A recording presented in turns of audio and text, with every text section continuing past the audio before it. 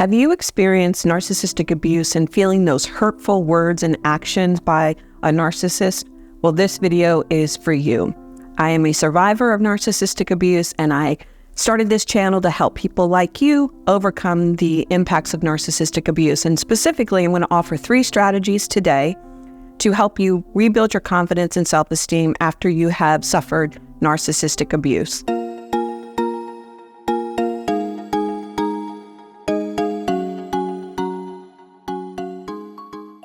For those of you who are just discovering my channel, I am a 20-year survivor of narcissistic abuse. I was with a narcissist for 12 years where I suffered a lot of narcissistic abuse, and then the 7 or 8 years following the breakup, there was additional abuse through the legal system and other ways.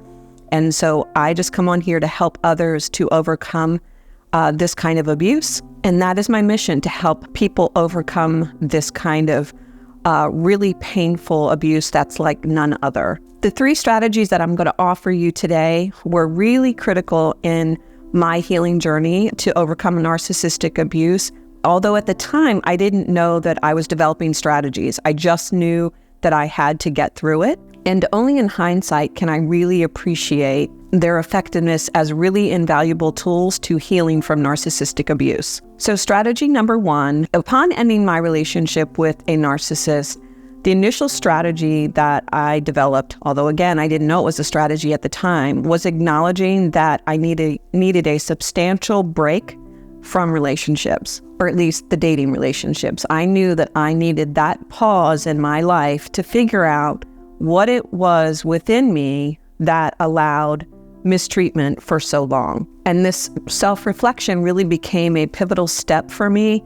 I spent about 7 to 8 years being single after the breakup with my narcissist. And I just knew that I wasn't ready. I knew that I had to figure out how I could ensure that I would never end up in another situation like the one with the narcissist. And so that pause was the most important thing that I did for myself after the narcissist and after the breakup with my narcissist. So that's strategy number 1, is to take a pause and figure out what it was with what is within you that allowed the mistreatment. Now, it's not your fault, but when someone mistreats you, we're supposed to put up boundaries, and we're supposed to make sure that these people are not allowed to mistreat us again. But when a narcissist mistreats us and we ignore the red flag, or we let it slip by, and then that person does it again and again and again, that is something within us that allows that.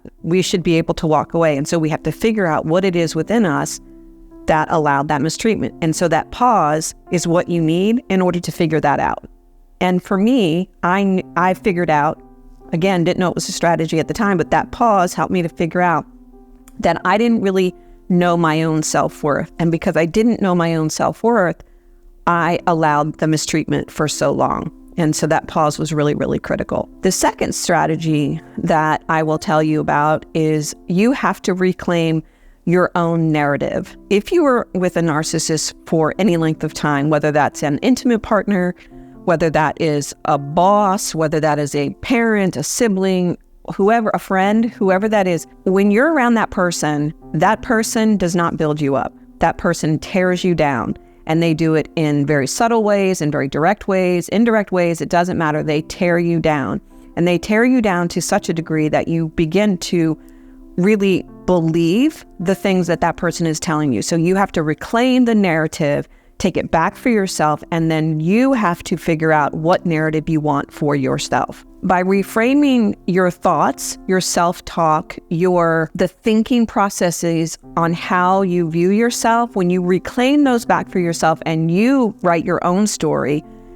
And I say it like this. When you have a narcissist in your life, they take up a lot of real estate in your emotional health, in your intellect, and everything. They just kind of consume you, and those thoughts become your own. And so when you are no longer with the narcissist, you have to reclaim that internal dialogue with yourself and start to rebuild yourself. I gradually started to do this over time, and I started to really begin to see myself in a positive light, which took quite a few years to, I would say maybe 2 years, to kind of start to see and notice the difference. I started to realize that there was more space for happiness. There was more space for self-development. There was more space for allowing new information in. I started to have new friends, and those new friends also built me up. Friends do that for each other. So this process of really letting go of the false narrative that the narcissist tried to place in my head, when I began to reclaim my own thoughts and write my own script, I started to heal internally from the inside out. This then allowed me to renew my self-worth and renew my confidence. Again, at the time, I didn't know that's what I was doing. I just knew I had to figure out what was happening within me. And I was very damaged emotionally by this narcissist. And so it took quite a long time to really rewrite my script. And now I don't allow anyone to write that script for me. I write it for myself. Now, that doesn't mean that I'm not open to feedback, but I'm open to feedback from people who I know love me and say it with kindness and in love. I don't let anyone tear me down anymore. But back in the day, that's what I allowed. I allowed that mistreatment until I rewrote my own script. So that was strategy number 2, is reclaim your internal dialogue and regain control of the narrative that's in your head. If you are currently in a relationship with a narcissist, I have a couple of resources in the description box below. One is a course that I released late last year on how to leave a narcissist, and it is a meticulous guide, on a how-to guide on how to leave your narcissist. If you are not sure how to do it, I know it seems very scary, but in this course, I give you that step-by-step process on how to do it. And I even give you inventory sheets, like provide a big workbook for you, and you can download that, and it gives you an inventory of like things that you want to take from your current home, things that you need in your new home. I talk about finances and all kinds of things in there. And I think you'll find that course very, very useful if you are thinking about leaving your narcissist and you're ready to do it. I have a step-by-step process for you so you don't have to figure it out on your own. It's right there in that course below.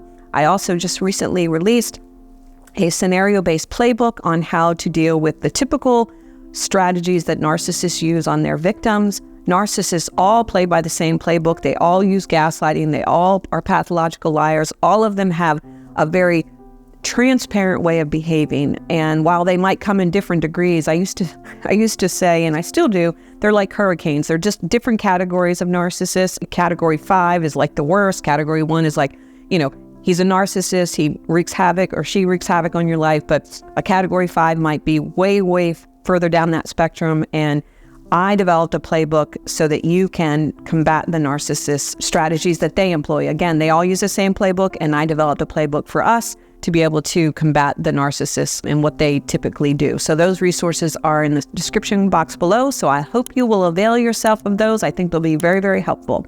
And give us a thumbs up if you haven't already done so. I'd really appreciate it. And the third strategy that I will share with you today is the importance of building up your support network when you are trying to overcome narcissistic abuse. I recognized how important it was to surround myself with people who I knew loved me. And I began this by just talking to people and telling them what I was thinking and what I was going through. And, those were family members and really close friends. And the more I shared with them, the more they helped me to replace the thoughts in my head that the narcissist had put there, the ones that I had started to believe about myself that were not true. My support network was extremely critical in my overcoming and healing from narcissistic abuse. Again, at the time, I was just trying to make it day to day, and there were lots of tears shed and lots of time missed from work, and just trying to just be an adult while trying to heal from narcissistic abuse. It was very grueling, but looking back, again, didn't know it was a strategy at the time. I was just sharing my story. And the more I shared my story with people who loved me, the more I had built this support network that I didn't have really access to when I was with the narcissist. The narcissist has a very manipulative way of getting you not to spend time with anyone else other than that person. And so I didn't realize how isolated I really was. So this sharing of my story helped me to become less isolated. And the more I didn't feel isolated, the more I felt like I was going back to my normal self, or even a better version of myself. Because again, when you are with a narcissist for a long time, you allowed this mistreatment, and you sort of, going through this healing process, become a better version of yourself. You become stronger and you realize what you can actually get through, but it takes time. And sharing my story and my vulnerabilities with people who I loved and trusted, and who loved and trusted me, allowed me to just build myself back up. And they helped me to see the true version. They were like my mirror, my true mirror of myself. The narcissist, when he would talk to me, it was like a mirror, but it was shattered and broken. It wasn't true. What that narcissist said to me was not true. What he said about myself and what my worth was not true.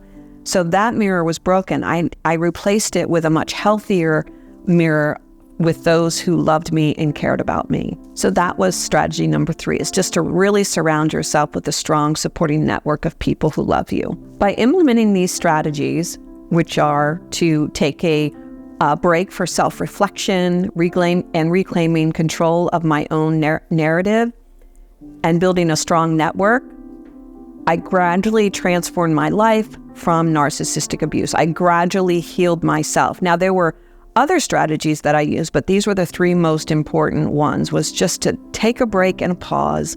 I had to rewrite my own narrative, and I had to surround myself with people who loved and cared about me. These 3 strategies were the most critical ones that I did at the time to overcome narcissistic abuse and to reclaim my life and self-confidence and self-worth.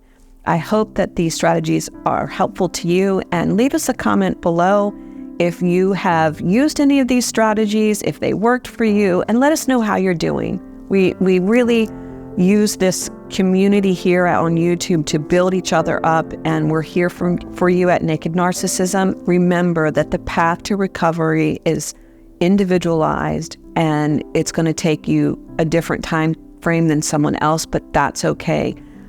What is important is that you continue to focus on yourself and walk the path that is yours and yours alone. Each one of our stories has similarities, but they're also very unique. And so that path of self-discovery is yours and yours alone, but we are here to support you. I'll see you next time. Bye-bye.